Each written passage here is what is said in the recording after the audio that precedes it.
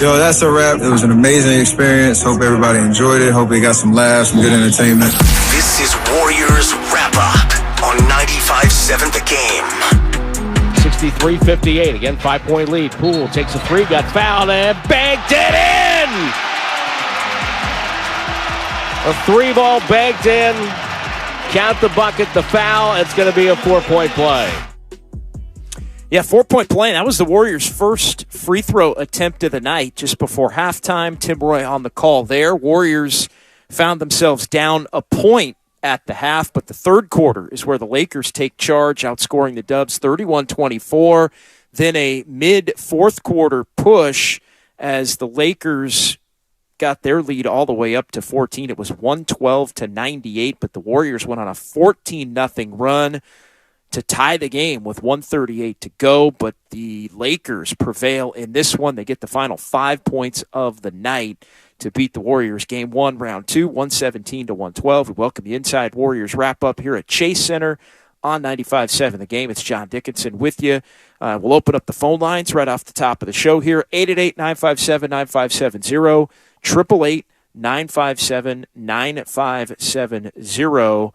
As we'll keep this thing rolling as long as the people want to talk tonight, as late as midnight, if you so choose here, as the Warriors, life comes at you fast. Do or die game 7 a couple of days ago in Sacramento. Warriors able to get it done, thanks in part to Stephen Curry and his heroics in that game on Sunday afternoon. But now the Warriors find themselves in what I thought overall was really kind of a feeling out process, kind of a game both ways, and the Warriors now find themselves, though, up against it and in a virtual must-win situation right back here at Chase Center on Thursday to avoid going down 0-2 at home. And so game 1's suddenly a problem for the Warriors.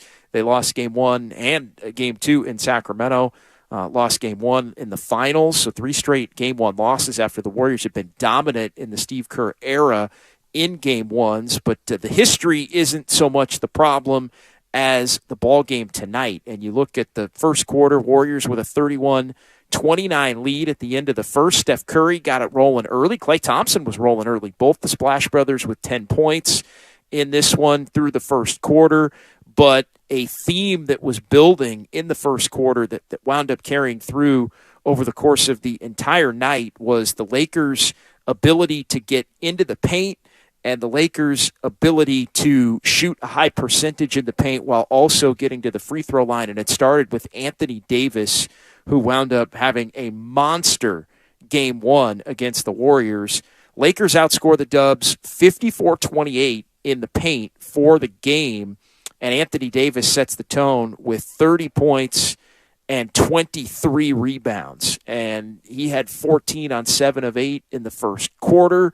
And after a 10-2 Warriors start, the first quarter was really the Anthony Davis and the Lakers show, although the Warriors did hit 4 of 11 from 3, and Steph Curry and Klay Thompson were rolling. So it was the Warriors who were taking and making a bunch of threes, and the Warriors lose a game tonight where they wound up making 21 three-pointers and a three-point shot, keeping the Warriors in the game, but the Lakers offset it.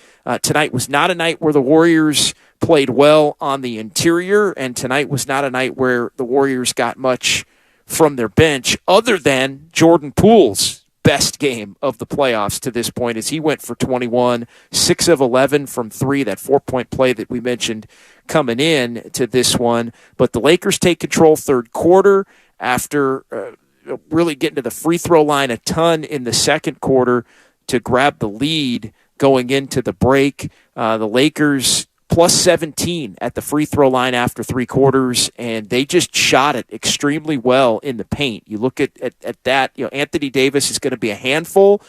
He's somebody that, if he's going to play at this level, the Warriors are going to find themselves in trouble in this series, in quick, fast, and in a hurry. And you look at the 54-28 advantage in the point and points in the paint, so plus 26 for the Lakers in the paint. Now, the Warriors wound up making 15 more three-pointers, and really the story of the game was, all right, the Warriors wind up making 63 points worth of three-pointers to the Lakers 18, but then the Lakers able to make it up with what they did in the paint and what they did at the free throw line. And it all winds up being kind of a tale of two teams that want to play a couple of different styles. And the Warriors able to rally. They went small. I think that's something you can file away for future games in this series. The Lakers ran the table with their starters and finishing lineup down the stretch in this one. And the Warriors went small with Jordan Poole out there and Steph and Clay and Wiggins and Draymond Green, and were able to ignite that 14-0 run that allowed them to tie the game. But in the final couple of minutes there, the final 138, it was the Lakers who ultimately prevail in this one. D'Angelo Russell with a layup made it 114-112. The Lakers really protected the paint, couple of blocks. Anthony Davis blocking a Curry layup. LeBron James ended up going to the free throw line. And then the Warriors had the Jordan Poole three-pointer with about 10 seconds to go, a 27-footer. There was the odd late timeout granted off of that rebound where Schroeder ended up putting the last two free throws in. But it looked like the Warriors had maybe a jump ball attempt, still down 3. The official came in late, ends up calling it a timeout for the Lakers, so the Warriors have to foul, and the game all but ends right there on the Schroeder free throws. Lakers get it done 117-112. So I want to hear from you, 888-957-9570, 888-957-9570, as it is Warriors wrap-up here on 95.7 The Game. Let's just get it rolling on the phone lines tonight as the people want to talk. We do have full phone lines off the top, and so we'll get it started tonight with Daniel in Berkeley here on 95.7 The Game. Daniel, you're on Warriors Wrap-Up. Warriors down 0-1. What's going on tonight? All right, JD. Listen, I was just curious about one thing only. There were a couple of no calls and a couple of bad calls, and the one that sticks out in my mind is where Jordan Poole got called for a foul, and everybody clearly saw that it wasn't a foul. My question is, aren't coaches' challenges going to be used in the playoffs here? I don't understand. There wasn't one called. Can you please explain that? There wasn't one challenge tonight for the Warriors. Well, Steve Kerr kept it in his back pocket, and there were a couple of different junctures tonight where he was looking up at the scoreboard. He was looking at his assistant coaches and those who are assigned to the iPads to be able to review things like that and try and get a look at it. And every time there was a play that was close, it was deemed not to be something to where the Warriors believed they could win the challenge. And so the Warriors didn't take the time out to go through the challenge there. And so I know frustrating night when the Lakers go to the free throw line 29 times, the Warriors only get to the line 6 times. But again, the coaching staff deemed that they didn't. You got to think you're going to win a challenge to attempt the challenge, and I think there were a couple where it looked like maybe it was close, but every time they took that poll of the coaching staff, it didn't go the way of voting toward moving forward with a challenge. Rick in San Jose, 888-957-9570. Rick is up next here on Warriors Wrap Up on 95.7 The Game. Hey, Rick. What's up, buddy? What's up, man? Hey, horrible. AD was killing us in the paint, man. I don't know why Poole shot that shot. I'm lost for words, but I think we're going to take it. Warriors in 6. All right, appreciate the call, Rick. And yeah, Warriors obviously have to go down to L.A. and win a game in their building, and the Warriors did show that they can win on the road by taking the last 2 games in Sacramento. And look, the good and the bad was Davis did destroy the Warriors tonight, 30-23. He dominated on the interior. He had 4 blocks. The Lakers had 10 block shots tonight. They really did a nice job walling off the paint. The Warriors were getting whatever they wanted on the perimeter and knocking down the thread. I do think they got a little 3 happy in the first half. They were had 30 first half 3-point attempts, and I think the Warriors were trying to attack, but they couldn't finish once they got into the paint on a couple of critical momentum-changing plays as the Warriors are making a run. I think the Lakers drew them off the line at times more in the second half because the Warriors were hitting from three-point range, but then everything was getting filtered toward the inside. And you look at Davis with the 4 blocks. You look at LeBron James with 3 blocks. Vanderbilt had a couple of blocks.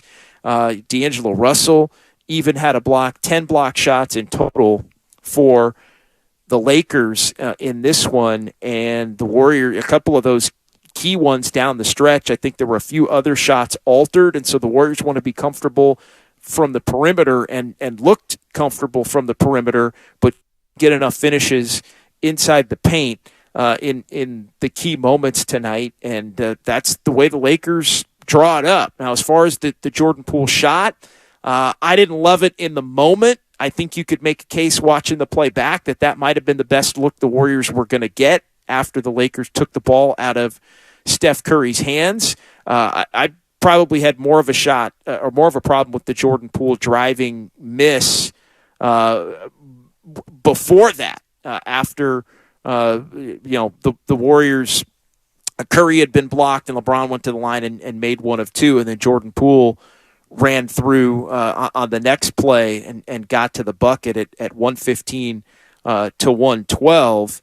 And, you look at that and, ultimately it proves to be the difference. But, yeah, if you had a problem with Jordan Poole taking that 3, I know the Warriors didn't take a timeout in that situation. I think with as good as the Lakers can be defensively, Steve Kerr would tell you, and we'll hear his post-game press conference between now and 10 o'clock, that you don't want to give the defense an opportunity to set. Curry got the rebound and looked back at the clock and pushed it, and the Warriors love their chances in those kind of scramble transition situations, but it wound up being Lakers take the ball out of Curry's hands. It finds Poole. Everybody else was covered. Poole was having himself a hot game. And so Jordan Poole at that point was 6 of 10 from 3. And so he took the shot from 27 and ultimately winds up missing it. And the Warriors find themselves now down 0-1 in this series with Game 2 on the quick turnaround to be played on Thursday night. 888-957-9570. John in San Francisco next here on Warriors Wrap-Up on 95.7 The Game. Hey, John. Hello? Hey, John. You're on the air, man. Hey, I was just going to talk about, I think people are going to say that Poole kind of lost that game, but I think we have to look at it as Poole played so much better than he has in these last few games. And I actually want to ask you a question. How do you feel about the decision of Steve Kerr and the Warriors coaching staff deciding to not play Kuminga, even though our paint defense and our paint scoring was very bad tonight? Yeah, look, I don't have a problem with it. It did surprise me, but I guess it shouldn't have surprised me given how bad he was against the Kings. And again, it's a different matchup. And the thing that I kind of kept in my mind about Kuminga was if the reports are true that Kuminga truly was pouting and somebody that Steph Curry and others were questioning going into that Game 7 in Sacramento. Like if they feel like his head is in a place where he's kind of checked out or daubered down and disappointed and or angry that he's not playing, then it becomes a lot less surprising that he wouldn't get on the floor in a game like tonight. And so I don't think he's done for the series necessarily. I do think, though, when he plays, he has to play a certain way, and his paint defense is not really what he's known for. In fact, he's been known for perimeter defense. Now, offensively, could he help him with some cutting for layups and dunks in this series, given the way the Lakers are defending the Warriors? I think potentially. But I also think, and there was another moment from the regular season that I had filed away in trying to analyze, whether Kuminga would be at least an initial part of the game plan in Game 1 of this series. And I recall the first game out of the All-Star break, and when Kuminga was on the floor, the Lakers just flat out just stayed away from. They just let him stand on the perimeter and forced him to the perimeter, and anytime he got the ball, they just dared him to shoot. And it led to Steve Kerr, taking him out and him not playing very much in that game in particular. and it led to Steve Kerr having to say to him, hey, you don't have to take even a wide open early shot clock three from the wing. You can try to get into a dribble handoff action, try to move the ball and get it back in a better rhythm. And I just remembered that sequence where he clanked 3 threes in a row, basically, that were all just wide open dare shots by the Lakers. And I thought, you know what? I wonder if this is the kind of series where, at least at the start, maybe that's not something. If he's already in the doghouse, maybe a little bit based on the last series, to where you're just going to throw him out there and give him run. I'll say this: he could still be an emergency sub. He could still be part of the adjustment after this thing doesn't go well for the Warriors in game one and they wind up taking a loss. I think they probably look at tonight, and JaMychal Green hit a couple of threes. I don't think he had a great night, but he hit a couple of threes tonight. Moses Moody didn't play a lot. Moody basically has been getting Kuminga's minutes, at least did in the Sacramento series, and that Kuminga's poor play in the Kings series is what opened the door for Moody. So maybe somebody else's poor play in this series opens the door for Kuminga moving forward. That's all I can really say to that. But I don't think that's really why the Warriors lost the game or anything like that. I don't know that he's going to be somebody that's going to be down low banging with Anthony Davis. As far as slowing down the paint production there. And if anything, he's proven that he hasn't been a rebounder for this Warriors team, and that's what you have to do if you're going to be on the floor at this point, if you're Jonathan Kuminga. So small part of the story, not ruling him out for the rest of this series, but this is the kind of thing that happens when you get buried based on the fact that you're not playing well, and if the reports are true that he was kind of dauber down and or pouting about not getting run in the first series, to where you're, as a head coach, going to be more reluctant to put him out there again unless it does become some kind of a emergency type situation. As far as the Jordan Poole part, and we'll keep it rolling here. It is kind of a catch-22. You may not like the drive late where Poole throws it up and misses it. You may not like the 27-foot three with 10 seconds to go on that final possession where the Warriors were in position to win the game. You may not like that, but he also did have his best game of the playoffs. 21 points, he was a +7, he made 6 threes, and the Warriors showed in the final 6 minutes that they could go small against this Lakers team and make a big run. Now, the Lakers made the key plays in the final minute and a half, and Poole was part of that equation, but Poole was also part of, just by virtue of him being on the court, he allowed Steph to kind of do more down the stretch, and he allowed the Warriors to speed the game up a little bit down the stretch against the Lakers' bigger unit. And so I think that's something that the Warriors probably look at as something maybe they can have in their back pocket and looking to counter what the Lakers are doing. There's two things you can do. You could try and match up and get bigger, or you can try and go smaller and run them off the floor or make them pay for the fact that they want to go big and the style of play that they put out there on the floor. And I think the Warriors probably file away that run as something that they could go back to in key moments to try and get on a run. All right, let's go to Mike in San Francisco. What's up, Mike? What's good? Yeah, I used to do a hella fun show on the weekend, you and Steiny, but anyways, you guys some legends. But I wanted to say, appreciate that. You can't be mad for that shot. I think that shot's like, 2 out of 3. That shot, Poole would make that, so I'm really happy he took it. But that's how legends are kind of made. But I really, I'm drunk, Mike, and I really, really want to steal 2 in L.A. And I really, really want to blow them out in L.A. badly. Like, I really want that. We could lose the series, but I really want to blow them out. So I believe that Thursday and Monday we're in LA, right? You're probably going to the games, but I really want to blow them out so badly. I'm tempted to go to LA to just see that, to blow them out. Do you think that's possible? Well, Mike, at this point, and thanks for the call, they just have to win a game in this series.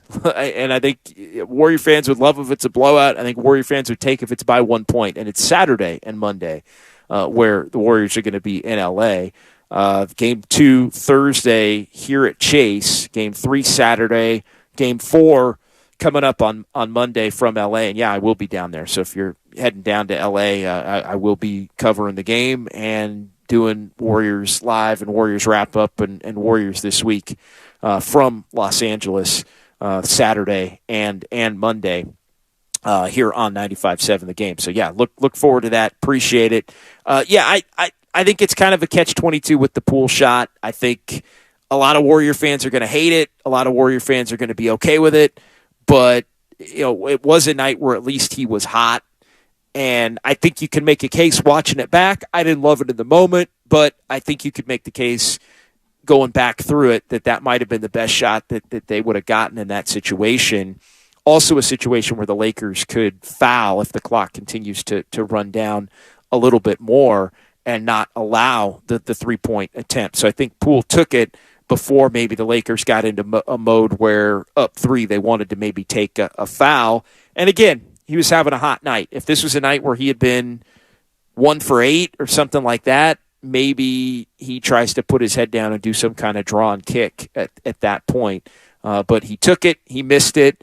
Warriors couldn't get the rebound, didn't get the jump ball call, and the Lakers wind up walking out of Chase tonight with a 117-112 win and a 1-0 series advantage. 888-957-9570, 888-957-9570. Idris in Hayward is next. What's going on, Idris? Hey, how's it going, Chief? Caught the game. First off, not even remotely worried. We just got out of a gruesome Game 7, and I was like, okay, we playing two games of going against the Lakers. If we slip this one, but based on what I saw, I like what I saw. Adjustments. This was a fill-out game, but I'm going to go through some quick points. First off, Kevon Looney is going to have problems. So I like the JaMychal Green in there. He had a couple of threes. We can't let AD do what he wants, and AD is inconsistent. I mean, we'll see what he does the next 2 games. Another thing I want to put out there is we got to get more out of DiVincenzo. I love his energy, but he needs to score more. He needs to give us at least a solid 8 to 12 points. And Draymond doing his typical talking, but at the end of the day, if we're not going to get fouls on AD, he can't be on the floor that much. So I think that we just got to be cool, relax, and I'm not worried a little bit, but more than likely this is going to go to 7, fellas, ladies and gentlemen. It looks like we got 7 written all over it, and it's going to be amazing, and the Warriors are going to come through. That's all I got. Take care. God bless.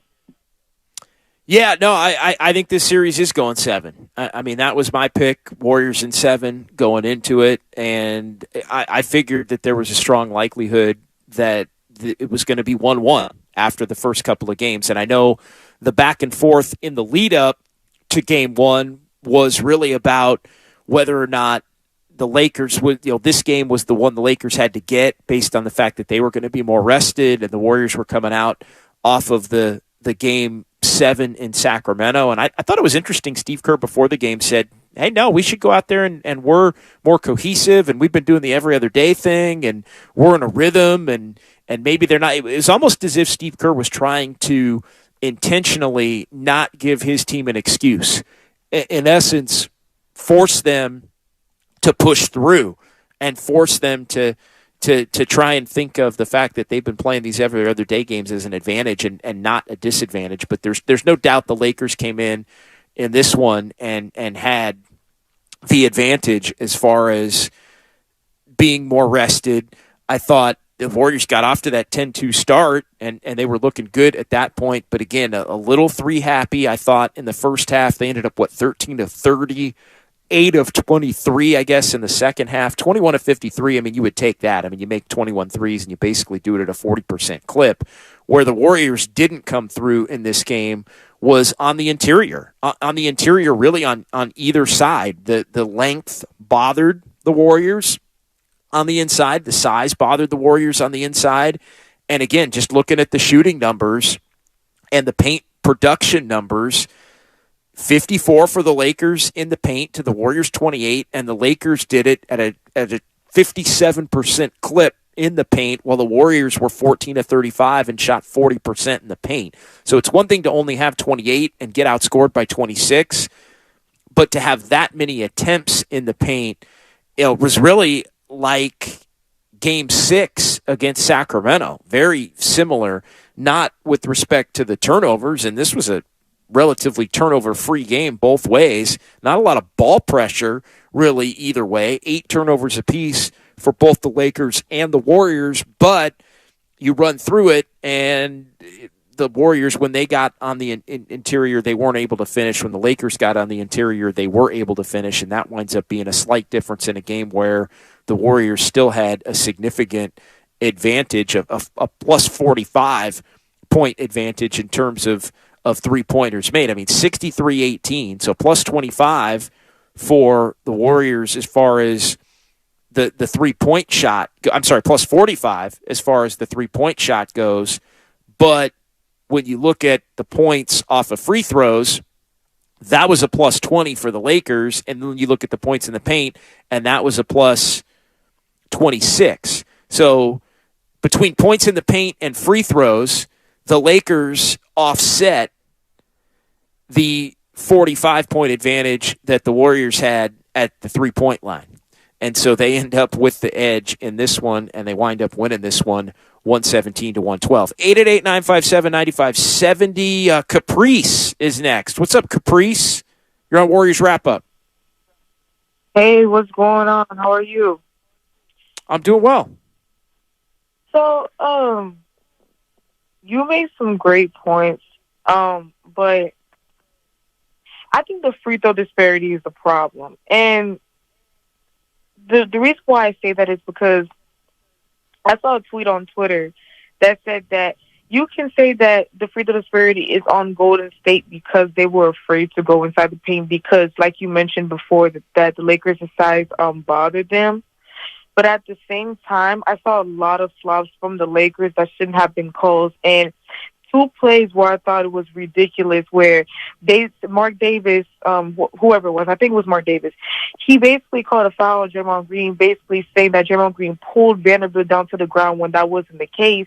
And I'm seeing Anthony Davis roll over players, and also Jordan Poole his 3, and then he gets fouled on his hip, and then they don't call anything. So I just feel like the free throw disparity is just, like, ridiculous to me. And another thing is, like, what do you think should Golden State feel happy going into Game 2? And what do you think they should do to get Game 2 on their home court before they go to L.A.? Thanks.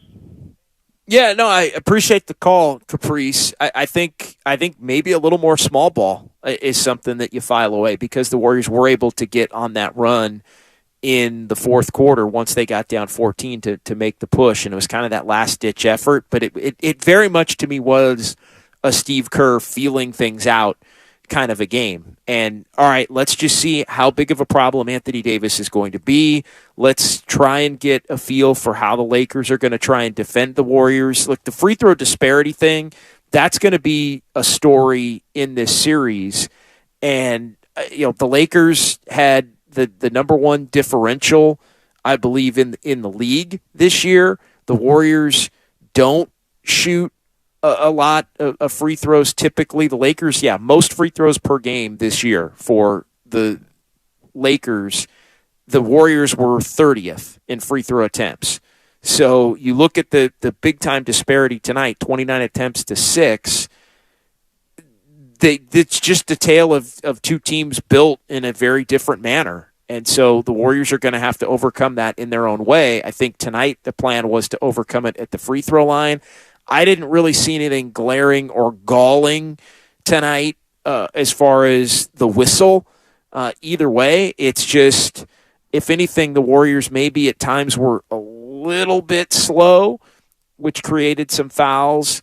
And I think that the Lakers, were able to swallow up and really wall off the paint to a point where a lot of the Warriors' attempts that were misses, it didn't feel like, in real time at least, that there were all these calls that were missed on the interior, like the Lakers were getting away with all this hacking. Now, I do think playoff series do tend to game, the whistle can change. And I do think the game to game, the whistle can change based on which team is up and which team is down. And so I would anticipate that if the Warriors are a little bit more aggressive and get their spacing in order and their patience in order, a la the Sacramento series, they would probably get a couple of more calls and get a few more opportunities at the free throw line here moving forward in the coming games. All right, 888-957-9570. Lakers beat the Warriors 117-112. We got your secret sauce of the game coming up here in just a moment, but let's go back to the phones, and that's Tony and Alameda here on 95.7 The Game. Hey, Tony. Hey, yeah, thank you for taking my call. I'm kind of scared, okay? We lose a nice game, we're going to get swept here. I'm dead serious. I mean, we're not playing like we did against Sacramento here. Okay, KD, he's a monster. Okay, Looney, he had 23 rebounds, but you cannot contain KD down below there. You got to put big body on him. You cannot let this guy score more than 15 points. Okay. Also, Curry. I mean, he did his 50 points. It seems like he was in La La Land. In the first quarter, we're doing some turnovers there, and I think the first 2 minutes, Klay Thompson there, he didn't go for the ball in the sideline. It's like, come on now, you just started the game. He didn't go for the loose ball there. That's a bad sign already to me. Come on, you got to get the first game at home. You gotta pound him right there and just punch him in the face. Now they got the series here. It seems like it's now best out of 6 right now. So come on, Warriors, you got to play more D and get the rebound. Looney, you did your job. The rest of the team there, I'm sorry, we did not play like we did the seventh game against Sacramento. Okay. Yeah, and look, it's a different matchup, it's a different team, and it's a different series. And so, the Warriors have to bounce back and win on Thursday. Looney did have trouble with Davis. I do think the Warriors may have to double Davis a little bit more, hit him with some quick doubles, make him look to be more of a passer, and dare the Lakers to do the one thing that they really don't do very well, which is the ability to knock down the three-point shot. I mean, the Lakers were 6 of 25 from 3 and wound up winning the game because they dominated the paint and got to the free throw line, and Anthony Davis had the monster night that he did. I think at some point, because the Warriors don't have another big body that they can really throw at him, like Looney is the answer, and yeah, Looney did yeoman's work in terms of the rebounding and 23 boards, and he held his own, but Davis is just a very different matchup from an athleticism standpoint and his ability to kind of face up, and he's just a problem for the Warriors if he's going to play at the level that he did tonight. I think the one thing you can do, though, is try to send some doubles at him and rotate, and you never want to show that too early in a series, but I do think it's something you could see more of coming up in Game 2 on Thursday as the Warriors reach, let's be honest, an early little bit of a desperation mode in this series down 0-1. 888-957-9570. Sherwin in San Jose next here on Warriors Wrap-Up. Hey, Sherwin.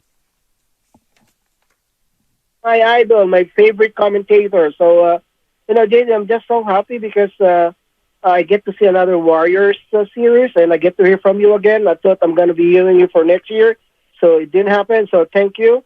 And for the positive side of the game, with the 14-0 run, I think Warriors is okay. Two fans is they trust in the Warriors. And the zone, I think, is one of the best move that Kerr made. That's why they had a run for the next 5 minutes or so. Yeah, and thank you, JD. JD, you're the man. You're my idol. Thank you. Well, I appreciate that, Sherwin. And yeah, the Warriors did go zone.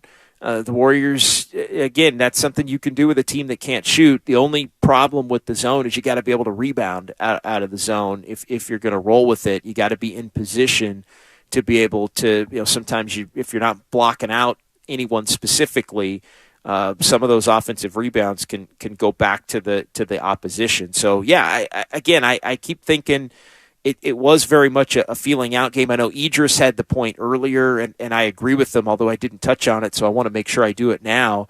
The Warriors do need more from Dante DiVincenzo and from Draymond Green in the scoring department. And, 6 point, there's a big difference between 6 and 10 or 12 for Draymond. And, he was 3 of 9 in the game tonight. DiVincenzo, it's been scattered. Like, he just seems unwilling to take a shot because he's not confident in his shot unless it's a wide open look at this point. And so there's been a lot of these 0 for 0, 0 for 1, 1 for 3 type DiVincenzo games. And if he isn't going to provide any scoring at all, then he probably can't play a lot. And tonight it was basically 6 in the rotation for the most part, and Peyton and DiVincenzo spelled some minutes. JaMychal Green gave the Warriors some minutes. Draymond's foul trouble. I thought Draymond being in foul trouble for a good portion of the night essentially prevented him from being able to be effective.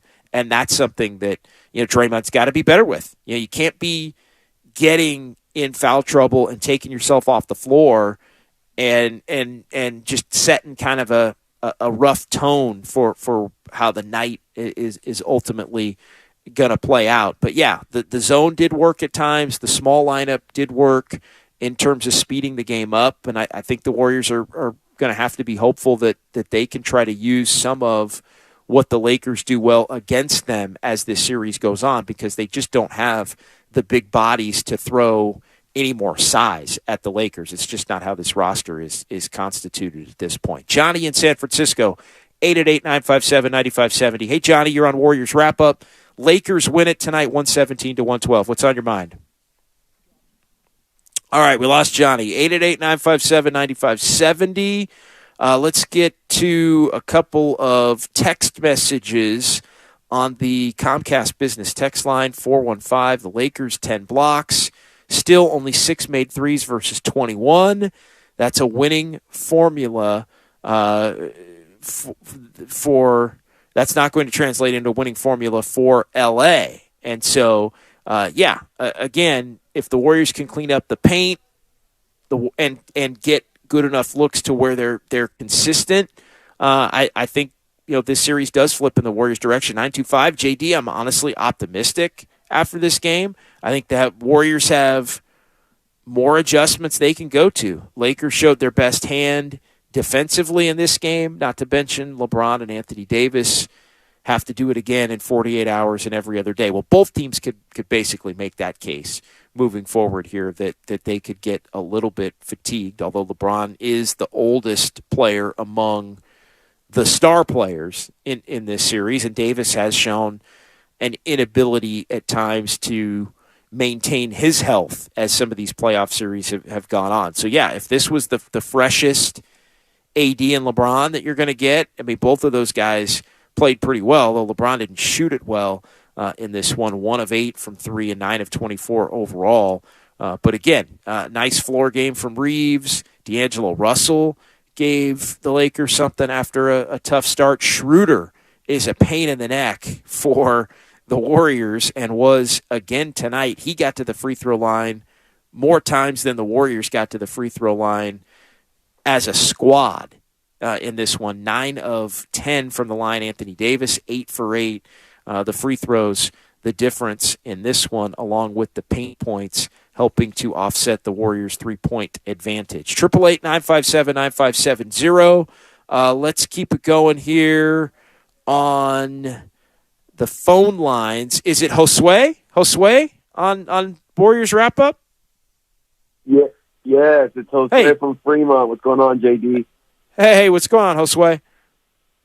Hey, not much, man. Just, reflecting on the game, and here's my take. I'll keep it short because I imagine you got a lot of callers. I'm going to take an optimistic approach, glass half full, kind of like Sherlin down there in San Jose. I like his call, man. He's happy just to be here, and I can dig that.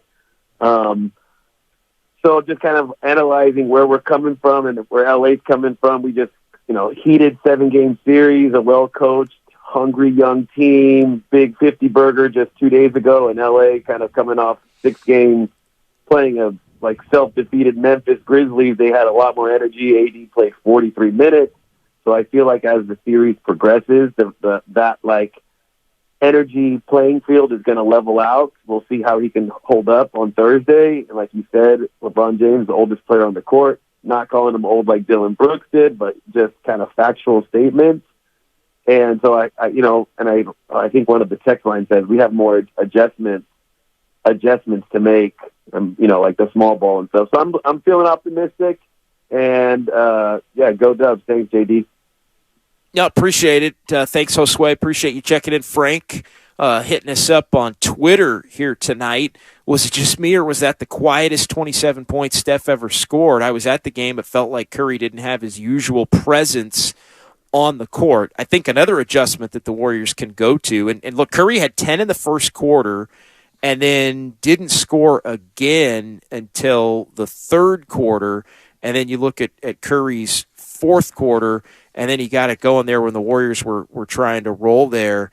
But, yeah, Curry ended up with 14 in the fourth quarter, 14 of his 27 in the fourth. So it was basically 10 early and then 14 late, and then just the other 3 in the third quarter. And so, yeah, for a good chunk of the game, say middle of the first quarter, because that's when he took his first sub of the night, until really the middle of the third quarter, there wasn't a lot going on, and he was playing off the ball a lot, and Vanderbilt was doing a nice job sticking with him.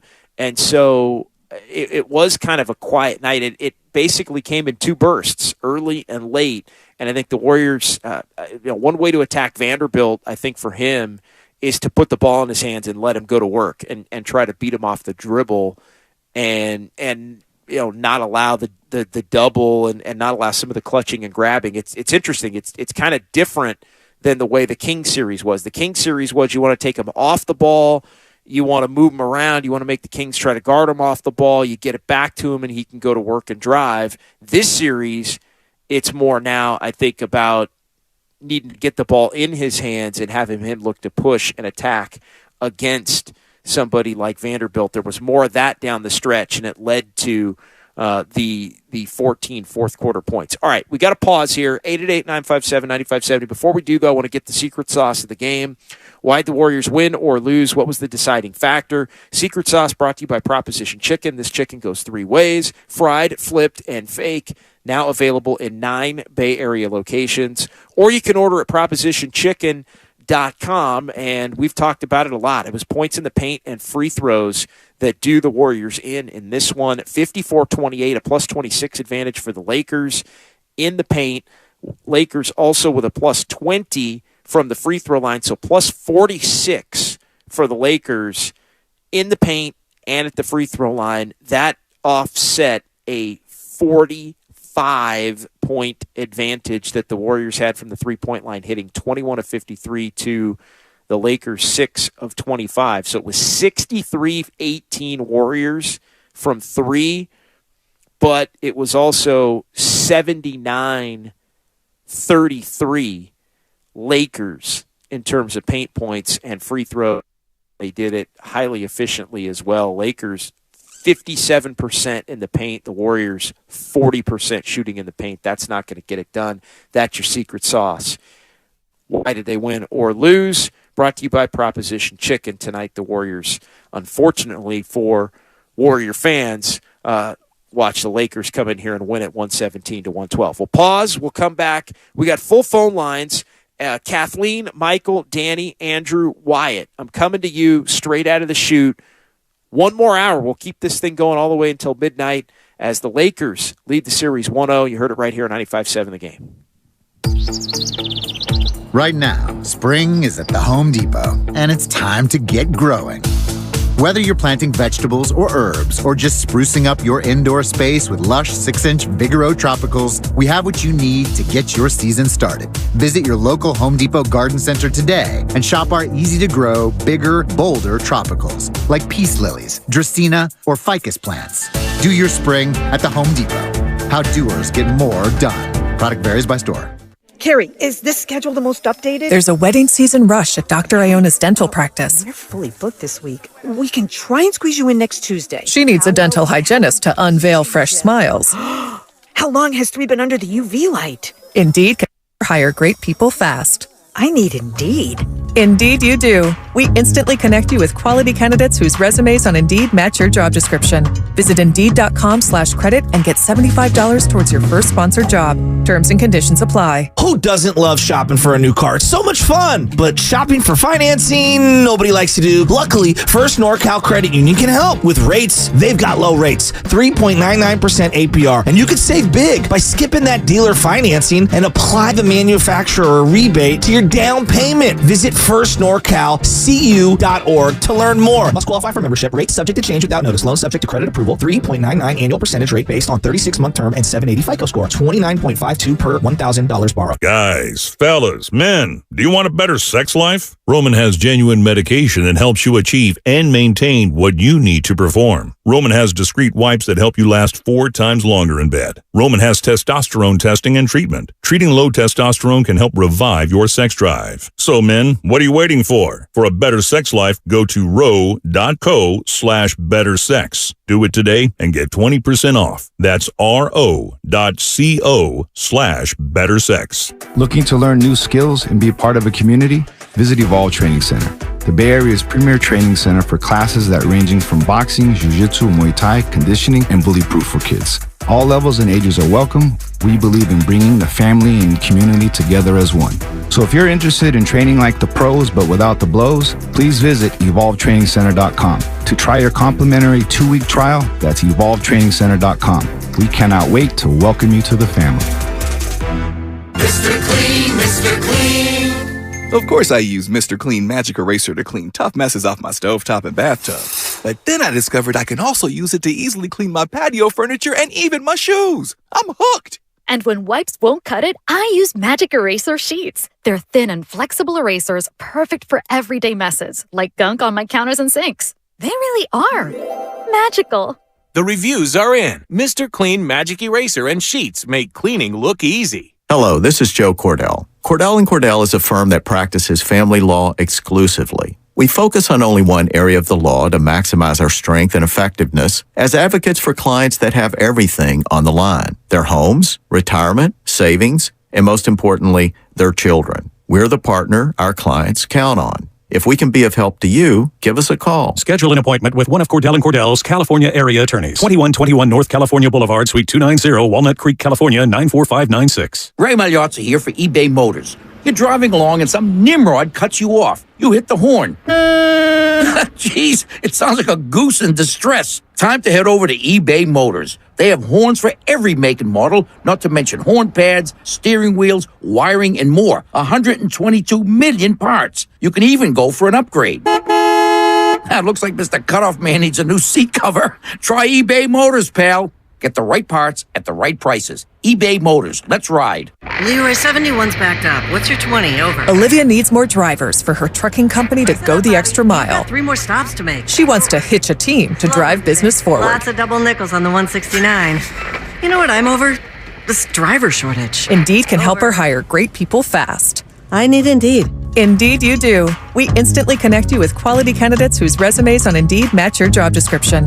Visit Indeed.com/credit and get $75 towards your first sponsored job. Terms and conditions apply. Comcast Business Complete Connectivity checks all the boxes. With cyber threat security, the largest, fastest, reliable network for small business, and save up to 75% a year with Comcast Business Mobile. Get started for just $49 a month for 12 months when you add mobile. Plus, ask about an $800 prepaid card. Comcast Business, powering possibilities. Ends 5/21/23. Restrictions apply. Requires 2-year agreement, eco-bill, and autopay. New 100 megabits per second internet and security edge customers only. Equipment, taxes, and fees extra. Mobile savings compares pricing of top 3 carriers. Comcast Business internet required. Attention taxpayers. If you or your business owe the IRS back taxes or have years of unfiled tax returns, the IRS has green-lighted billions of dollars in tax relief to those facing financial hardship through its tax relief initiatives. If you have a delinquent tax problem and possibly facing wage garnishment, liens, levies, audits, or already in a payment plan, you may now qualify for significant relief. Qualifying and enrolling in this program could stop all collections, settle your tax problem, and may even reduce what you owe by up to 99%. Call the hotline at Tax Help USA to see if you qualify and receive your free tax assessment by dialing 800-341-3137.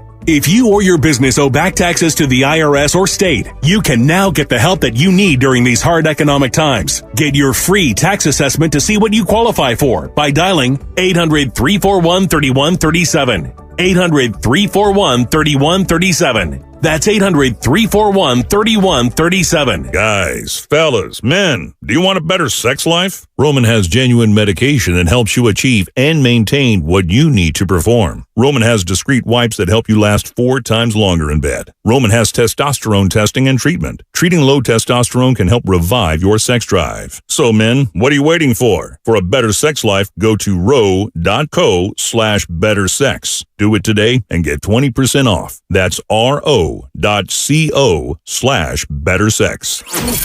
You're listening to 95.7 The Game, KGMC FM at HD1 San Francisco. Always live on the free Odyssey app. Curry brings it up on Schroeder. Waits. Comes middle, gets Russell as his defender on the switch. Dribbles to the paint, throws to Draymond, back to Curry. Relocation three is up and good! He was backing away to the sideline, flipped it up and in. We are tied! 112 all, 90 seconds to go. Now back to Warriors Wrap-Up on 95.7 The Game. Yeah, that three capping a 14-0 run after the Warriors fell behind 112-98. It was 112 apiece. Unfortunately, though, the final bucket of the night for the Warriors with 138 to go. Lakers get the final 5. D'Angelo Russell answered back. Lakers get the stops they need. LeBron James, Dennis Schroeder hit the free throw line to put the Warriors away 117-112. As we welcome you back here inside Chase Center, it's Warriors Wrap-Up with John Dickinson on 95.7 The Game. So the Lakers lead the series 1-0 with Game 2 to be played on Thursday. What are the adjustments that you see for the Warriors from Game 1 to Game 2? I've laid out a bunch of them to this point. And where do you see as far as the execution in that final 90 seconds? Did you like the Jordan Poole shot? Did you like some of the drives that the Warriors had late in the game, even though the Lakers seemingly had walled off the paint, had 10 blocks, and really had forced the Warriors into some low shooting percentages in the paint tonight? Their size was imposing and proved to be the difference in this game, but the Warriors able to make the run with the small ball lineup, a little bit of zone. I think some things the Warriors can focus on as positives moving forward. We talked about Steph Curry's quiet 27, 10 in the first quarter, then 14 in the fourth quarter, just 3 in the middle 2 quarters. And Vanderbilt did a decent job, I thought, on him, especially when the Warriors took Steph off the ball. Jordan Poole has his best game of the playoffs. Klay Thompson got off to a hot start, but you look up and 9 of 25 isn't going to cut it for Klay Thompson. Klay tonight, you look at 3 of 9 on twos for Klay Thompson. That not going to get it done, and probably a couple too many forces for Klay from 3, although he did end up 6 of 16. All right, let's go back to the phones, as promised. Full phone lines. Kathleen gets us started here in hour number 2, the 11 o'clock hour, as we push toward midnight tonight. What's going on tonight, Kathleen? You're on Warriors Wrap-Up. Hi, Gigi. So, honestly, I was just going to say about Jordan Poole tonight, I think the only reason he did well was there was not a full-court press on him throughout the entire night. And I don't think that the Lakers will do that ever, because they have Anthony Davis, they have LeBron, they have all these people in the middle. And so they're just inviting, everyone to walk up to the three-point line. And so I just, wanted to point that out and wanted to get your opinion on that and if it's going to continue that way. Yeah, Kathleen, I think you nailed it. The Lakers don't put a lot of pressure on the ball. In fact, they really what they want to do is invite you to attempt to drive into the lane where they've got their bigs led by Davis in there to either swat or alter shots away. I think that's the perfect scenario for the Lakers. But yeah, not a lot of ball pressure, and the Warriors did get whatever they wanted at the 3-point line tonight for the most part. But they also got a little 3-ball happy, and I think took some bad ones. I mean, there was a little bit of the King series at times tonight where it was rhythm, and I also thought part of the game plan, it appeared, for the Warriors was to basically beat 2 with 3, and the old math equation of the Lakers aren't going to take as many threes, the Lakers aren't as good a 3-point shooting team, and the math problem, I think, for the Warriors that they felt they could solve and win was, hey, our threes, if you're going to give us certain ones, are going to beat your 2s.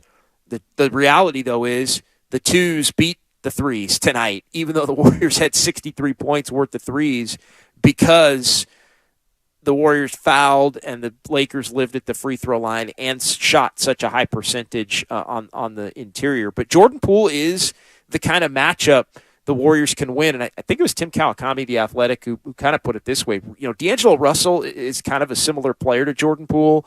He starts for the Lakers. Poole comes off the bench for the Warriors. But in some ways, you almost look at them as a matchup in this series. Like, who's going to win the matchup between Russell and what he gives and Poole and what he gives?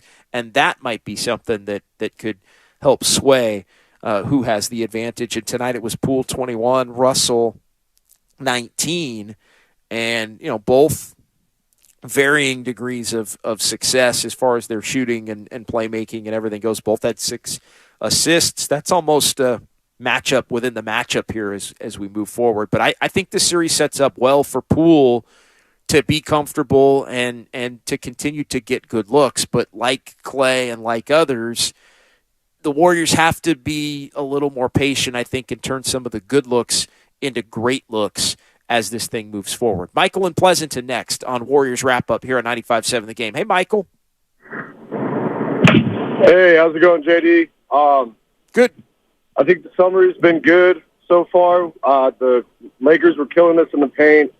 We got to figure out a way to answer, get them into foul trouble or just drive to the hole on the offensive end. But I just want to talk about Chase Center tonight. Chase Center was a little bit flat for the playoffs. We could do better. We need to be louder. Just wanted to add, wear the gold shirts. They're not for sitting on your seat. Just wear the gold shirts and go Dubs. Still confident. All right, thanks, Michael. I think a lot of Warrior fans are confident tonight. That's the overwhelming sense that I get. And, yeah, I thought it was a good crowd. I thought it was a great crowd as the Warriors were making their run in the final 6 minutes. There were a lot of Laker fans. There were far more Laker fans in the building tonight than there were Kings fans at any point in the 3 games of the first-round series, game 3, 4, or 6, and that was one of the storylines is how many Sacramento fans are going to come in. There really weren't all that many. A lot of Laker fans tonight, and there were moments where the Lakers made big plays and they could be heard. But, I thought overall the crowd was good. I guess D'Angelo Russell had something to say. I guess LeBron had something to say about the vibe inside Chase being a little bit different compared to all those series he played over at Oracle from 15 to 18 in the NBA Finals, where Steph and the Warriors got the better of then LeBron's Cavaliers in 3 of those 4 series. And so, again, good crowd, great crowd. I don't know. I think everybody kind of feels a little bit different about that based on the night. But I thought the crowd was pretty wound up early, but when the team is not playing well and the Lakers really, I thought, controlled the middle 2 quarters, and really from the beginning of the second quarter until the middle of the fourth quarter, so it was basically 2.5 quarters, it seemed like the Lakers were controlling the game and the Warriors were in uphill climb mode. And anytime the home team's in uphill climb mode for that lengthy a stretch of a game, it's going to feel not quite as raucous. And so I think there was a little bit of that in play. Then the Warriors go on their run, and the joint was jumping with 6 minutes till about that 1:30 mark when the Warriors had the 14-0 run. So I know Chase will feel the appropriate fear and being threatened and needing the Game 2 victory to even the series before things head down to L.A. And so I think the Warrior fans are going to be up to the task on Thursday night. Danny in Walnut Creek on Warriors Wrap-Up here at 888-957-9570. Hey, Danny. First-time caller. I want to talk about three things tonight. Number one, Jordan Poole played confident. Yes, he might have missed that shot to tie the game, but I'm more than confident he'll shoot that ball. Number two, Steph Curry was driving the ball. LeBron was collapsing. A couple times he got a couple blocks. You know, maybe late in the series he'll kick out. This is going to go to 7. And number three, I'm going to tell you this right now, JD. This is the fourth time I've been there in Chase Center this playoff. This is the fourth time a Warrior fan told me to sit down when I'm cheering when I'm down. I'm trying to cheer my team on when we're down, and my home team is telling me to sit down. I came with my girl. She's a Laker fan. When they were up, I was cheering her up because, you know, she's cheering. But this is disrespectful. Our own home crowd is telling me, sit down.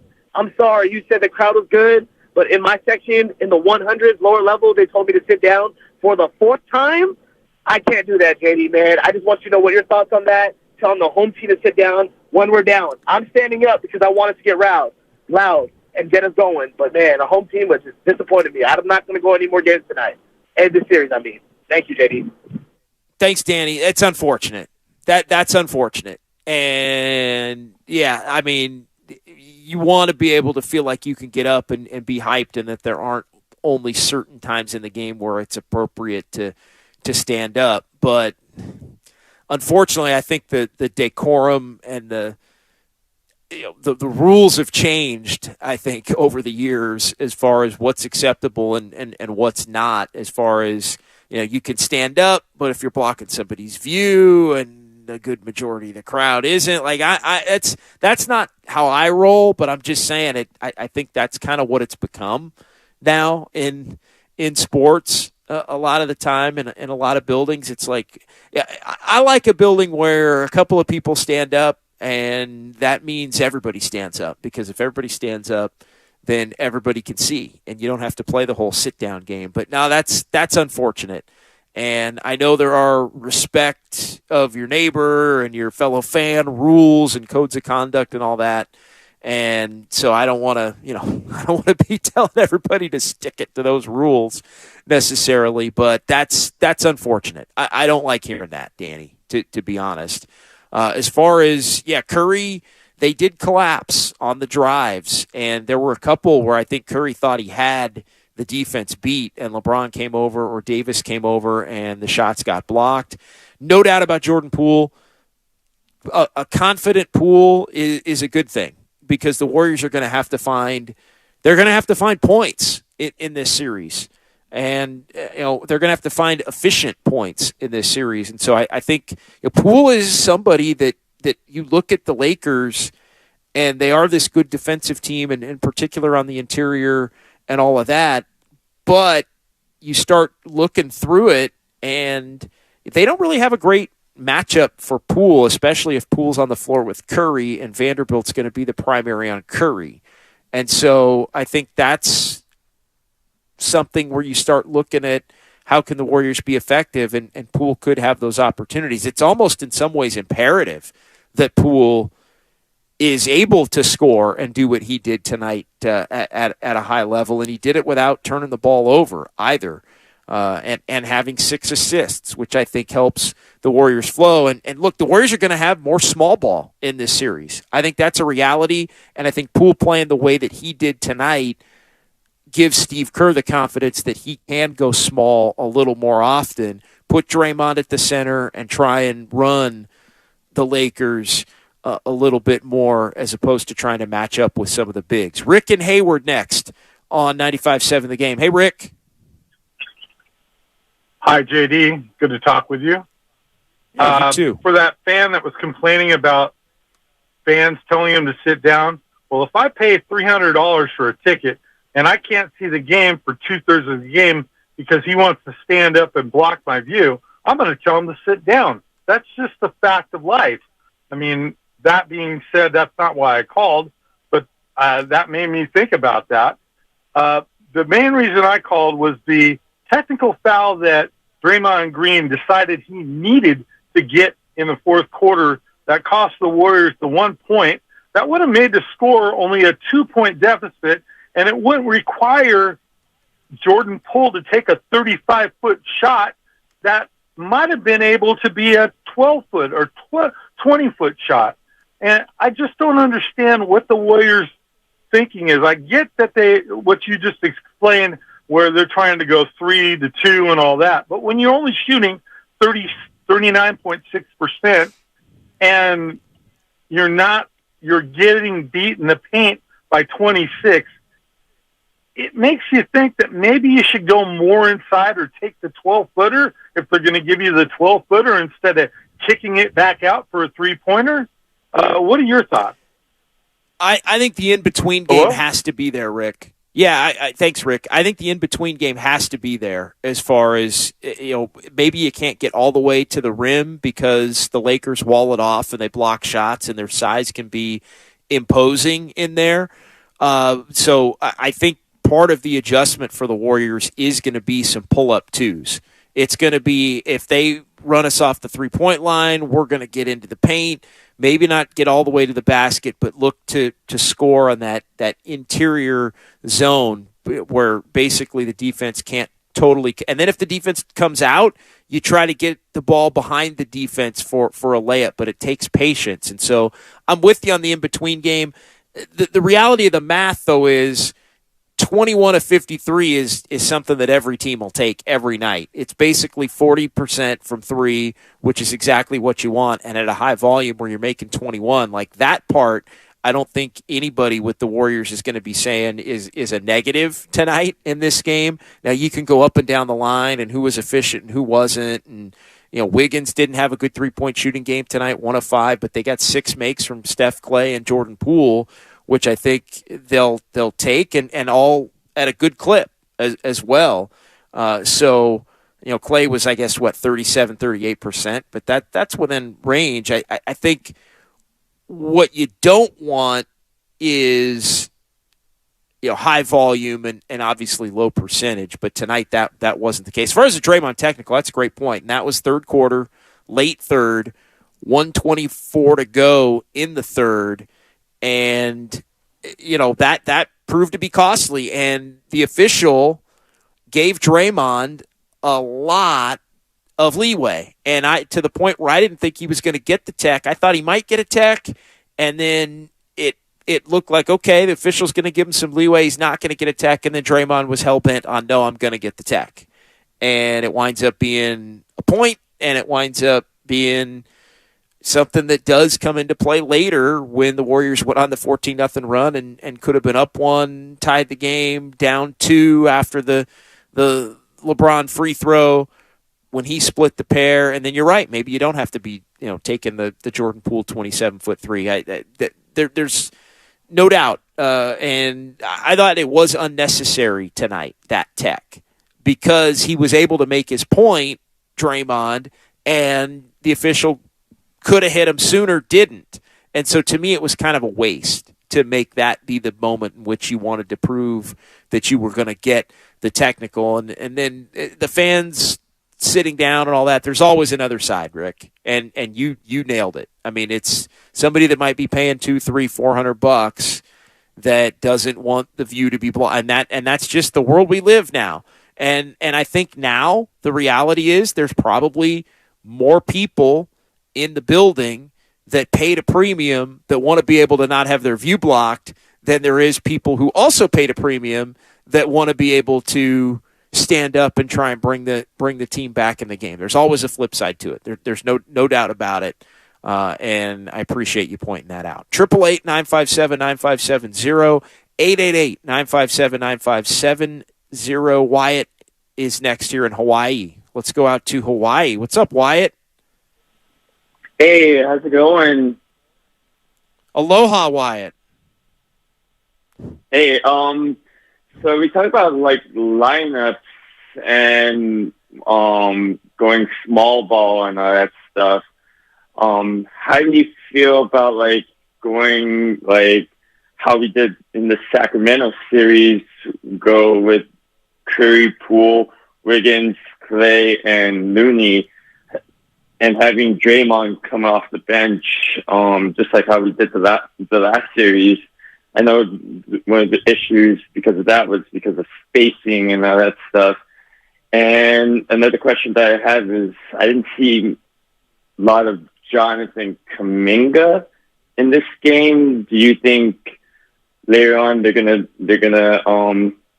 bring in Jonathan Kuminga, because he's one of my favorite players because he's aggressive in certain ways, and do you think he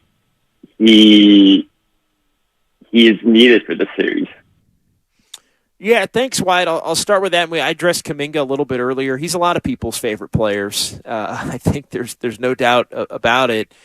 But I think on paper he fits in this series more than he fit in the Sacramento series. I think the reality, and I've said this with Kuminga, and at times I can get a little snarky about it because I just don't think there are, frankly, enough Warrior fans that understand when he plays poorly, and the fact that he's played poorly is part of the reason, and really the majority reason, as to why he's not gotten run. I thought, though, in just laying out the Sacramento series, which at this point is kind of irrelevant, but there is a little bit of a bridge here. Kuminga was bad in Game 1 against the Kings. Kerr gave him a second chance in Game 2. He was worse. He was a -10 in about 4 minutes. He gave up 10 straight points, all on actions, whether it was pick and roll, whether it was straight drive. He didn't rotate on a 3 that Kevin Huerter hit. He literally gave up 10 straight points in about 4 minutes. Steve Kerr was done with him in Game 2 of the Sac series for the night. He went to Moses Moody even when Kevon Looney got in foul trouble, and that's really where Moody started to play more. And he played well in that game. And basically Moody started to take Kuminga's minutes. Now in Game 3, Kerr gave Kuminga another chance because of the Gary Payton illness and the Draymond Green suspension. So Kuminga got a third chance that I don't think he was going to get in that series.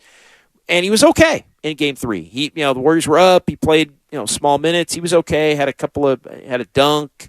Had a couple of little buckets on the interior. I think had even a board or two. But he was all right to the eye test in Game 3.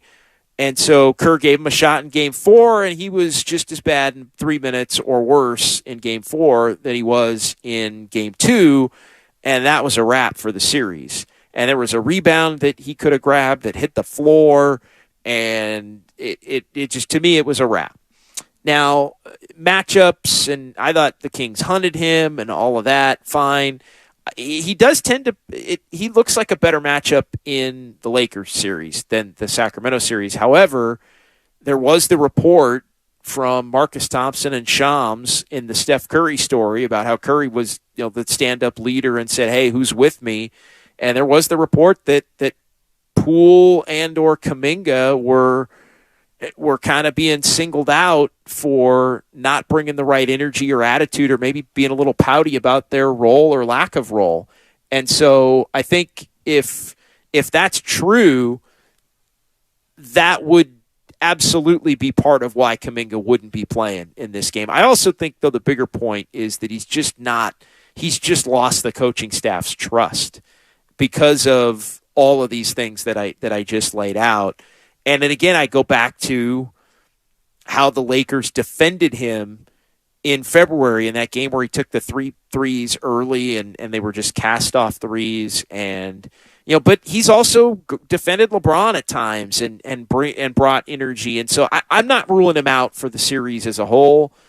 I don't totally know where he fits unless he's going to be almost a small ball 5 in this series, but I think you start looking at, I guess if you're going to him, you're going away from Peyton. JaMychal Green made a couple shots tonight. So again, it's kind of a long and windy answer.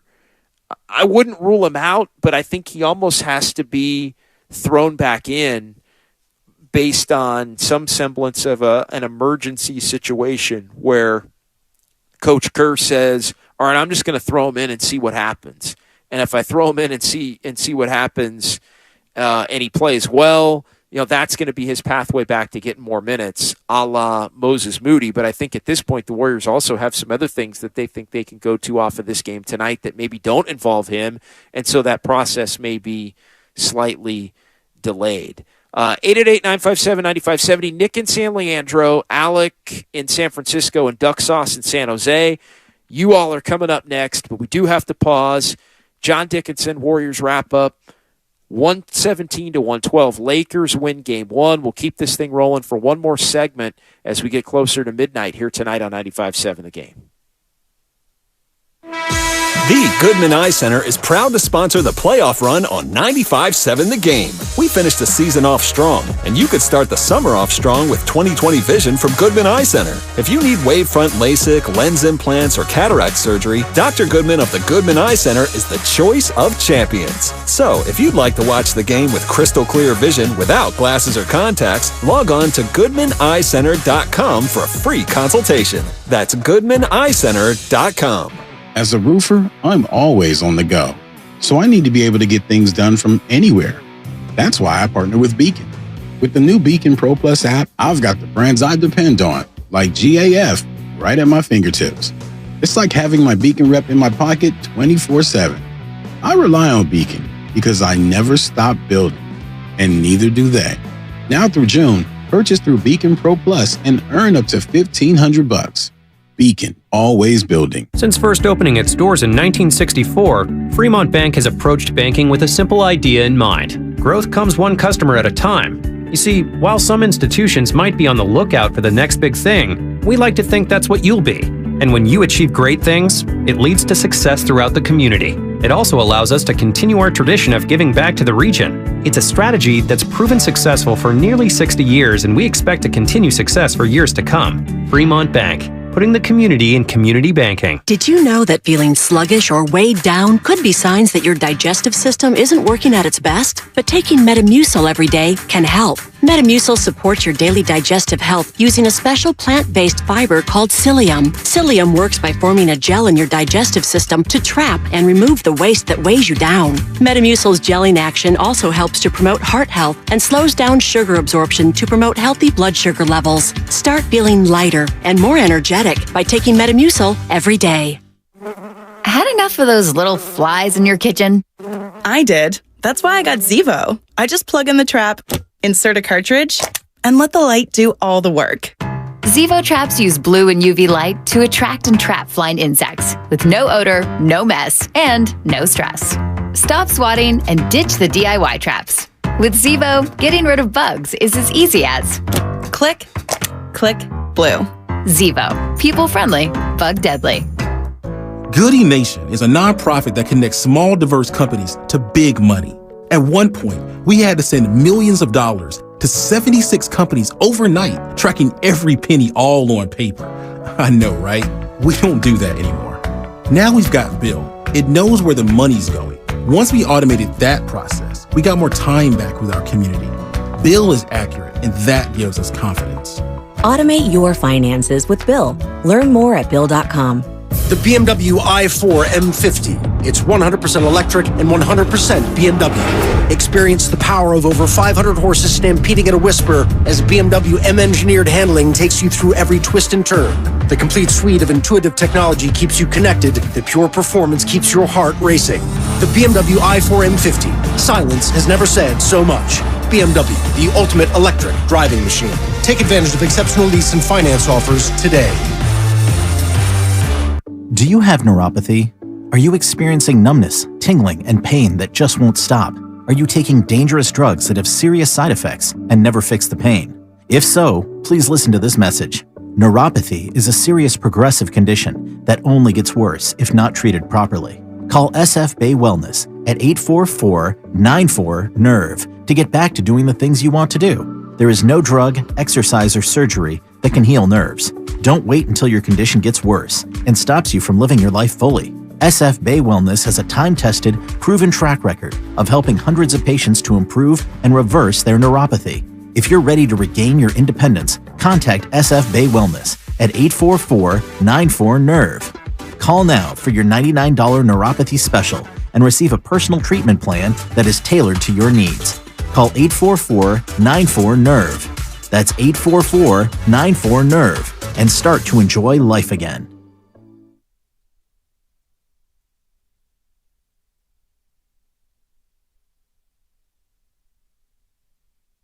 Thompson on the right side. Waits for Draymond. Gets a screen. Deep three. No good. Mooney with the offensive rebound high in the air. Beats Thompson behind the back. The Payton goes up and jammed it. Now back to Warriors Wrap-Up on 95.7 The Game.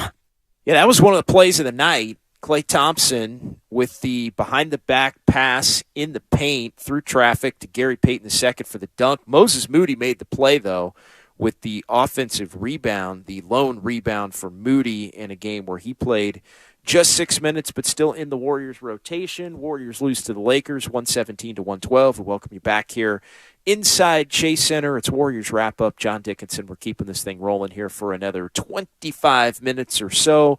We'll hear from Steve Kerr. We'll hear from Draymond Green. But let's go back to the phones, 888-957-9570, and also a rough little bit of history the Warriors made tonight in how they lost, which we can fill you in on here as well. But Nick in San Leandro, as we go back to the phones, joins the conversation here on 95.7 The Game. Hey, Nick. Hey, good evening. Thank you for taking my call. Yes, this game here, it was, for me, like 4 minutes left, and I kind of shut it down. I said, oh, this is it. They're going to get blown out. And I take a peek. I said, oh, this is a close game. But in bottom line, it should have been happening like this. We should have won this game. We were not in sync together. I mean, Looney, he was great, but he got taken out by KD with his points and rebounds. But Curry, Klay, they're not in sync altogether. I know they did some points in there. Something else is missing in there. It's like the playmaker, all that ball movement around is not there. The fast break. JaMychal Green, he did his thing. He hit 3 threes or something. But the next game, I think Looney will get a little rest. JaMychal Green might start, okay, first 3 minutes, and Looney might come back in. Looney, he was kind of tired there, and he did his job, and I appreciate that. I mean, if he had some help more, and maybe the game would have been different. We got this game. Also, about the fan who's complaining about somebody in front of him, if she's a Laker fan, hey, she got the right to jump up and down, okay? If that was a kid who's 11, 12 years old, you think that fan would be complaining about it? Look, I had a kid 10 years ago. He's jumping up and down, okay? Please don't complain about that. I'm sure she's not going to stand up for about 2-3 hours for that, okay? Maybe she's a Laker fan, but please give her a chance to celebrate, okay? Thank you very much. Have a good evening. Appreciate it. You know what, Nick? I think that's well said, my man, on that. Well said. As far as it was 2 threes for JaMychal Green, 2 of 4. Did have 6 points. Lineup changes. If you're going to make a lineup change, I think it's probably too early in the series to do that, number one. But Game 2 does become a moment of desperation for the Warriors. There's no doubt. If you were going to make a lineup change, though, it would be pull in and play small. Draymond at 5. Draymond, how does he handle Anthony Davis? And you make Looney the backup center, and you separate the two again, and you try to get a little bit more space on the court. Now, you got to ignite and be able to rebound and all of those things against the Lakers' size if you choose to go smaller. But I think if there is an adjustment to be made, that would be what the adjustment would be.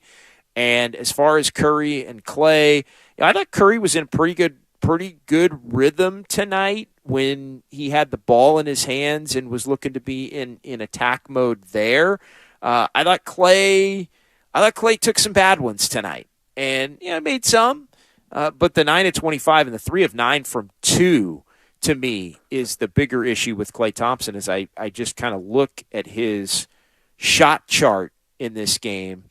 And, 3 of 9 on 2-point field goals. There were 3 in the paint that he missed. He was 1 of 4 in the paint, Klay Thompson was in this game. And then just a lot of misses from 3, a lot of right wing 3-point misses. I'm looking at this. It looked like he was 3 for 1, 4, 5, 6, 7, 8, 9. It looked like he was 3 for 9 from the right wing from 3-point range for Klay in this one. So that was maybe his more least efficient spots on the floor tonight. All right, Alec in San Francisco.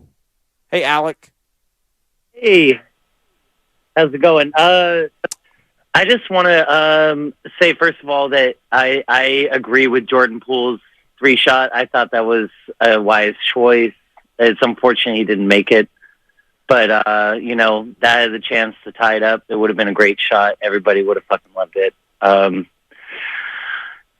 what I want to talk about is how the Warriors have just been owned in the paint in the last series. And maybe not necessarily tonight as much, but the Kings just own them. They just can't get into the paint and make those shots without getting blocked. And I'm wondering what the Warriors, what you think the Warriors could do to maybe curb some of that.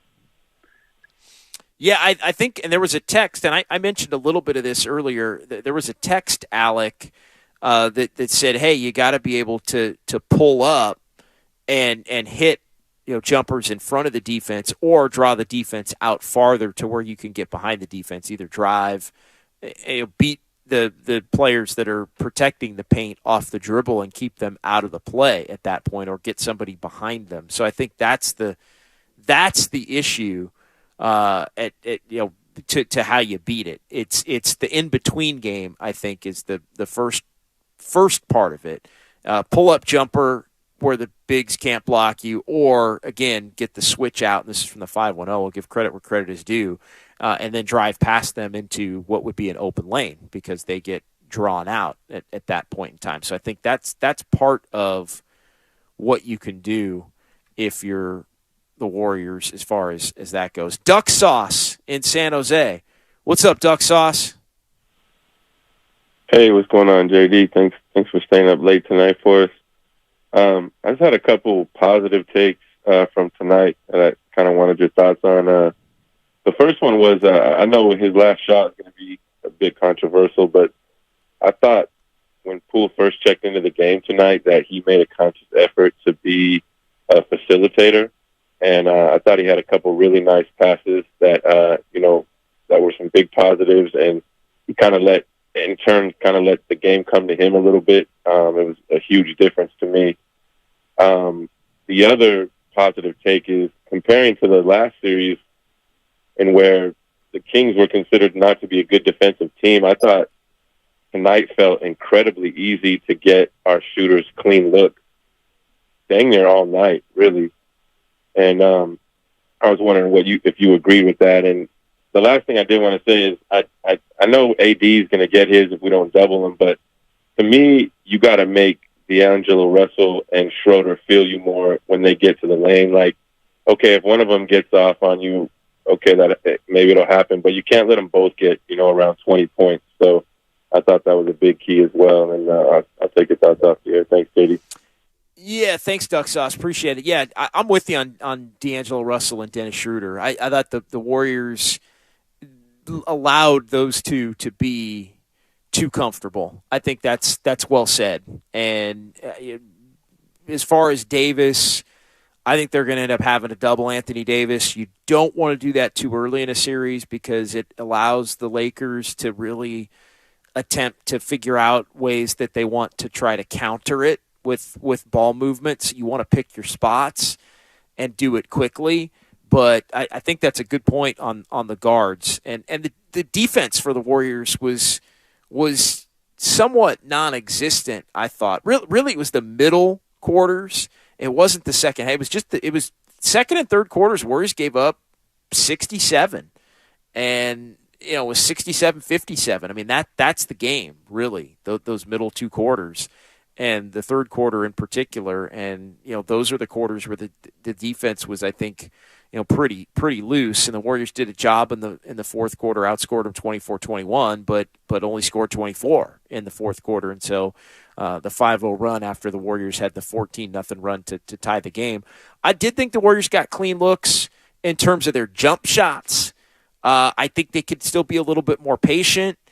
I do think, though, driving into the lane, they didn't get clean looks. I thought driving into the lane tonight was reminiscent of Game 6 against Sacramento, where the Warriors either didn't finish or had a bunch of shots blocked. And so, spacing was the order of the day on Saturday between Game 6 and Game 7 to get the Warriors figured out. I thought their spacing was much better tonight than in Game 6 against the Kings, but there is a spread it out, be patient, move the ball, take the right shots component to this. And I'm with you, Duck Sauce, on Jordan Poole.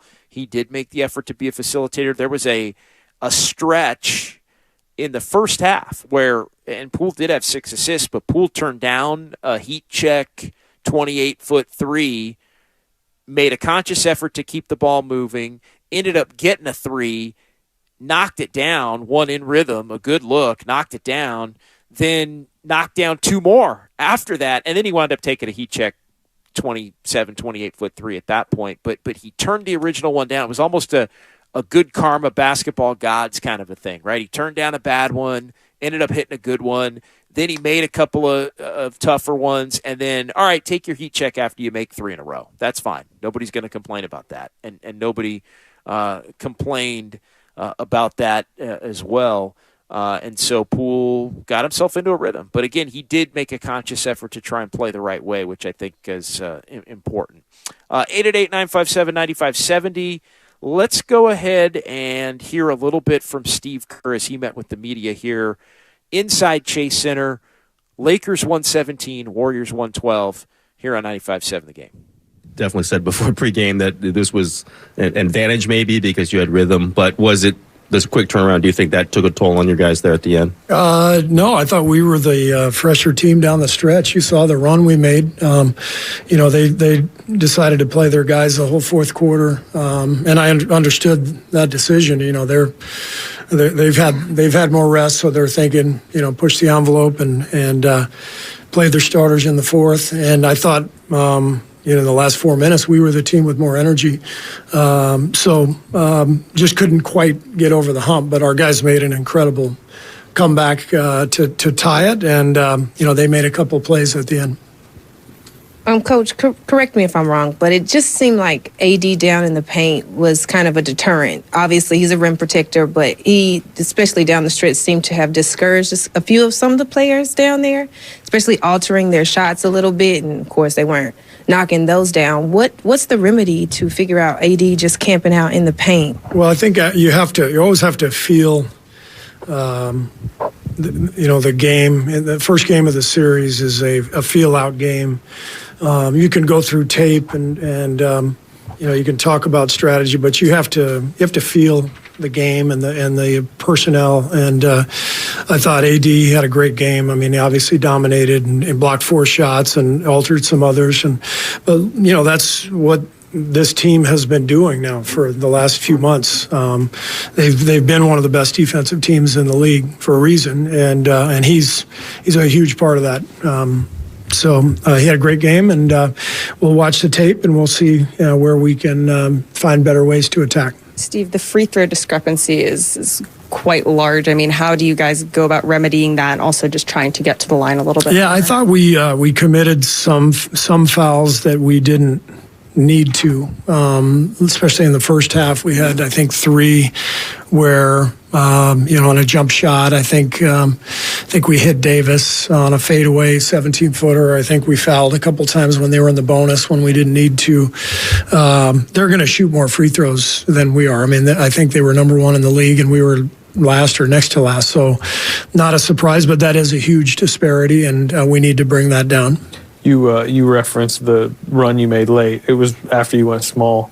What triggered that decision to finally, go to that small lineup, and what did you like from it? Well, we needed to score. We were down 10. I mean, a lot of times we make the decision, the lineup decision based on time and score, and time and score dictated, that we needed the spacing, and so we went with that smaller lineup, and they made a great push, and we got some big plays from a lot of guys. Wiggs is rebounding down the stretch, and obviously the shootings. I mean, Steph hit a couple of incredible threes, and Jordan and Clay some big ones. So we were right there. We gave it a great fight, and just couldn't get over the hump. But we'll be ready for game 2.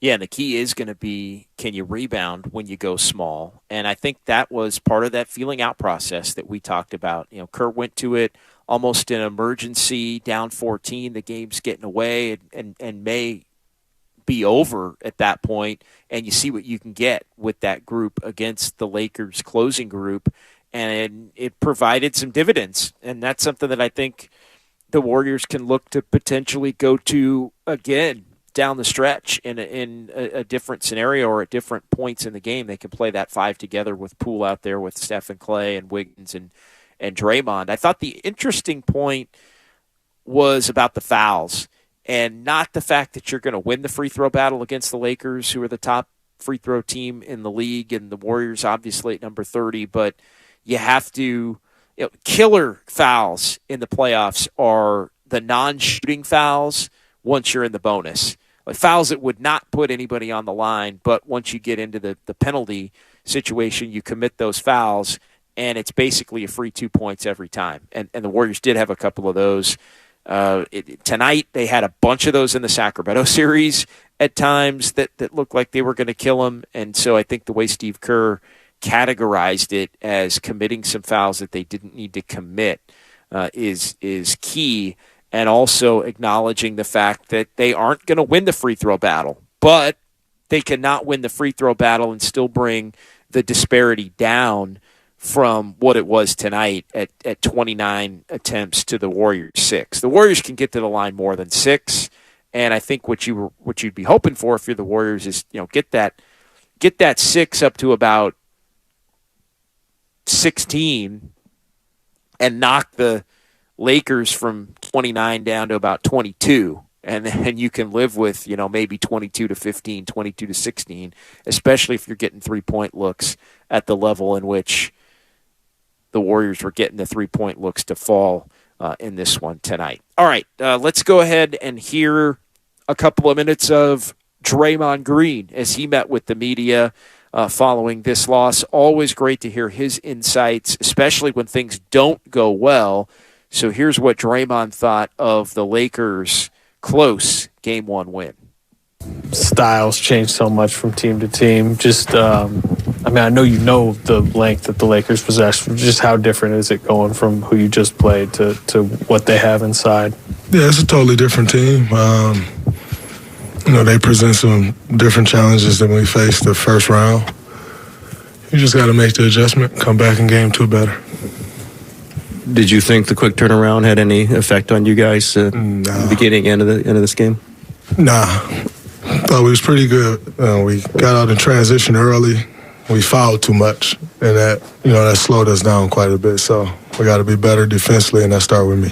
How do you handle, or not just you specifically, but the team handle a player like Anthony Davis with that amount of length? And I think when you're guarding a player like AD, it's never going to be one guy that just shuts him down. It's a team effort. But, as far as the matchup goes, you got to take that head on. And, I don't think we did a great job of that tonight. And like I said, that starts with me. You mentioned the foul discrepancy, and obviously they got to the line nearly 5 times more than you guys. I mean, how do you combat that going forward? Is it as simple as just the message being don't foul? Yeah, I think there was some cheap ones that we kind of gave away, some in transition we took, some away from the ball when they were in the penalty, that we can take away, and, we'll be better with that. You mentioned how obviously a very different team you're playing now than you played in the last round. But in terms of the bigs, how different is that? That's a dramatic change going from Thomas to AD. What is AD? What are the challenges he brings specifically? He's a great player, very athletic, great rim protector, and his shot was going tonight. He felt like he made every one of those mid ranges he took, and you got to live with some of those. But I think we can do a better job individually and collectively to take some of those away. Obviously, Jordan didn't have a great last series, but what did you think about him in this game and the shots he was taking and the willingness to take them? I thought he was really good. I thought early on he passed up a couple, and we needed him to take those, and then he started taking them, and he was great. And I think this will be a series that'll go his way, and that's great for us because we'll need him. You talk about things have to change with you, and typically you're the floor general. So what do you change for the next game? My aggressiveness on both ends of the floor. I think I allowed the 3 fouls to kind of take me out of a rhythm and never really found it again. So just got to stay out of foul trouble. It's kind of been a thing with me lately, and just got to stop fouling and defend better. It's a feel-out game, obviously. Game one, of course, you want to win it, but guys make adjustments from here. In that fourth quarter, you guys went on a run. Steve kind of went small. Do you think that's something that you guys can use to your advantage? I think that's always been an advantage for us, but we're not just taking Kevon Looney out of the lineup. He's been incredible, so that's not on him. If anything, it was on me. So, that's something that we always have, and I'm sure we'll see some of that, but there's a lot of other things that we can do better, and, we'll watch the tape, figure them out, and we'll be better. Yeah, and I think playing small, though, will be a part of it. And, no shade at Kevon Looney at all. Looney was a monster tonight, 10 points and 23 rebounds and 7 offensive rebounds, and he did the best he could. But I do think the Warriors are going to have to mix it up a little bit more and try to go small to make the Lakers pay for their size in ways that maybe the Warriors have been able to do to some of these other teams over the years. One quick note, Josh Dubow of the Associated Press, he had this one.